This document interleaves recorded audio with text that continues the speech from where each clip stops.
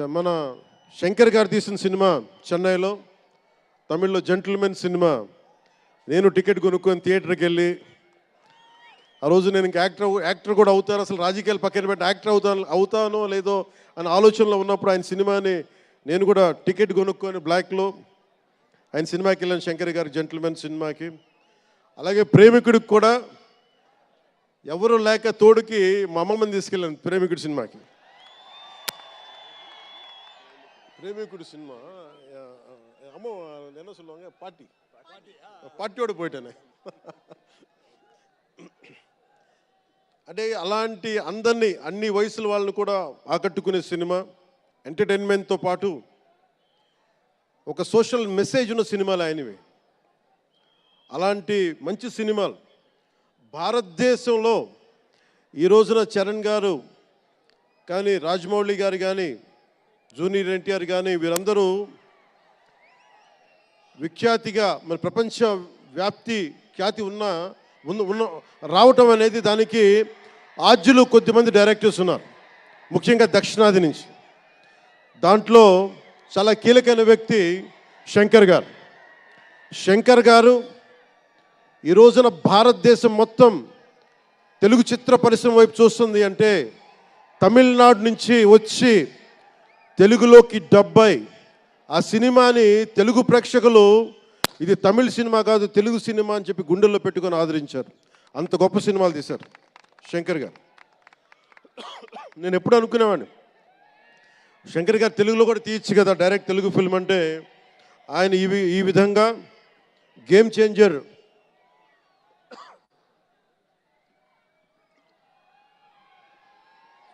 Changer సినిమాని పూర్తిగా తెలుగులో తీసి మిగతా భాషల్లో డబ్ చేసే క్రమంలో రిలీజ్ చేస్తుంది. మనస్ఫూర్తిగా వారికి నా ధన్యవాదాలు.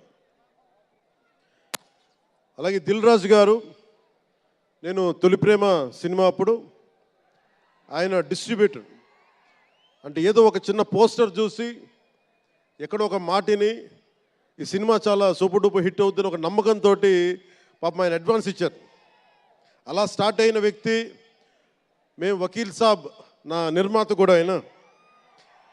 ఎలాంటి నిర్మాత అంటే, నేను బాగా కష్టాల్లో ఉన్నప్పుడు, డబ్బులు లేవు నా దగ్గర, పేరు ఉంది కానీ డబ్బులు లేవు, మార్కెట్ ఉందో లేదో తెలియదు. అలాంటి పరిస్థితుల్లో వచ్చి వకీల్ సాబ్ అనే సినిమా నాతో తీసి ఈరోజు జనసేన పార్టీ నడపడానికి ఇంధనంగా పనిచేస్తుంది వకీల్ సాబ్ సినిమా. దాని నిర్మాత దిల్ రాజు గారు. సో మనస్ఫూర్తిగా వారికి నా ధన్యవాదాలు. అలాగే రామ్ చరణ్,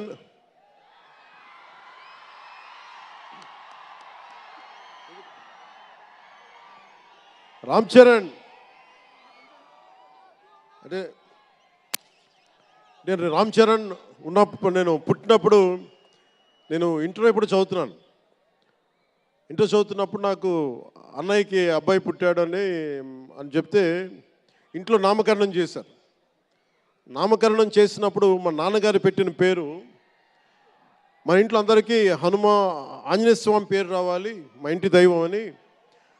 రామ్ చరణ్కి రాముడి చరణాల దగ్గర ఉండేవాడు ఎవడో, హనుమంతులు, ఆంజనేయ స్వామి.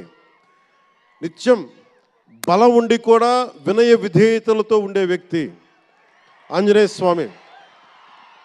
అంటే ఎంత ఎదిగినా, ఎంత శక్తిమంతుడైనా, అడిమాది అష్టసిద్ధులున్నా తన శక్తి తను తెలియకుండా ఎదిగే కొద్దీ ఒదిగుండే ఆంజనేయ స్వామిలాగా ఇతనికి రామ్ చరణ్ అని పేరు పెట్టాలని చెప్పి మా నాన్నగారు ఆలోచన చేసి తనకి రామ్ చరణ్ అని పెట్టారు.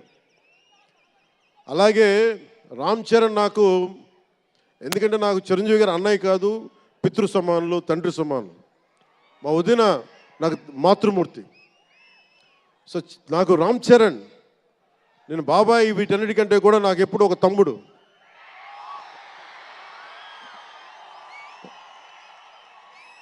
చిన్నప్పుడు బాగా ఏడిపించేవాడిని, నేను ఇంకా బద్ధకంగా ఉండేవాడిని. అంటే కరెక్ట్గా చెప్పాలంటే, నేను తమ్ముడు సినిమాలో నా క్యారెక్టర్ లాగా ఉంటే, రామ్ చరణ్ 7 ఏళ్ల వయసు, నా రెండో కొడుకు అంత వయసు ఉండేది. ఇప్పుడు ఆ వయసులో తెల్లవారుజామున చలిలో హార్స్ రైడింగ్ నేర్చుకోవడానికి మొత్తం ఆ హెల్మెట్తో పాటు అన్నీ పెట్టుకొని షూస్ అన్నీ సర్దుకొని రాత్రే నేను సోఫాలో పడుకొని ఉంటే వచ్చి పాపం నన్ను లేపి ఇంకా నేను పడుకునేవాడిని. తను రెడీ అయిపోయి నన్ను లేపి ఒకసారి నేను దింపాల్సి వచ్చేది. ఇష్టంతో కాదు, తప్పక లేదు, తిడతారు ఇంట్లోనే. అంటే అంత క్రమశిక్షణతో ఉండేవాడు చిన్నప్పటి నుంచి.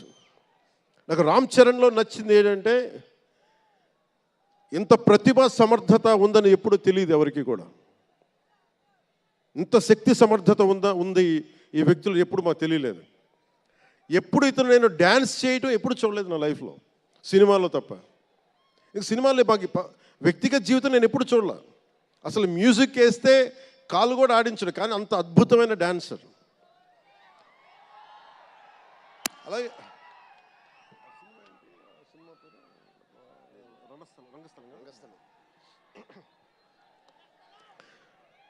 రంగస్థలం గురించి మాట్లాడు. సుకుమార్ గారి డైరెక్షన్లో రంగస్థలం నాకు నటన చూసి ఇతనికి బెస్ట్ యాక్ట్ అవార్డు రావాలని మనస్ఫూర్తిగా అనిపించింది. అంటే అంత గొప్ప పెర్ఫార్మెన్స్ చేశాడు. భవిష్యత్తులో ఇతను ఉత్తమ నటుడు కూడా కావాలి, ఉత్తమ నటుడు అవార్డు అందుకోవాలి.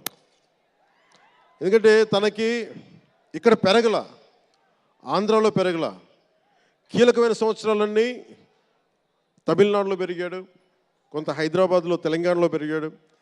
ఇక్కడ గోదావరి జిల్లాల తాలూకు భావాలు, కల్చరు ప్రత్యక్షంగా ఎప్పుడు చూడాల.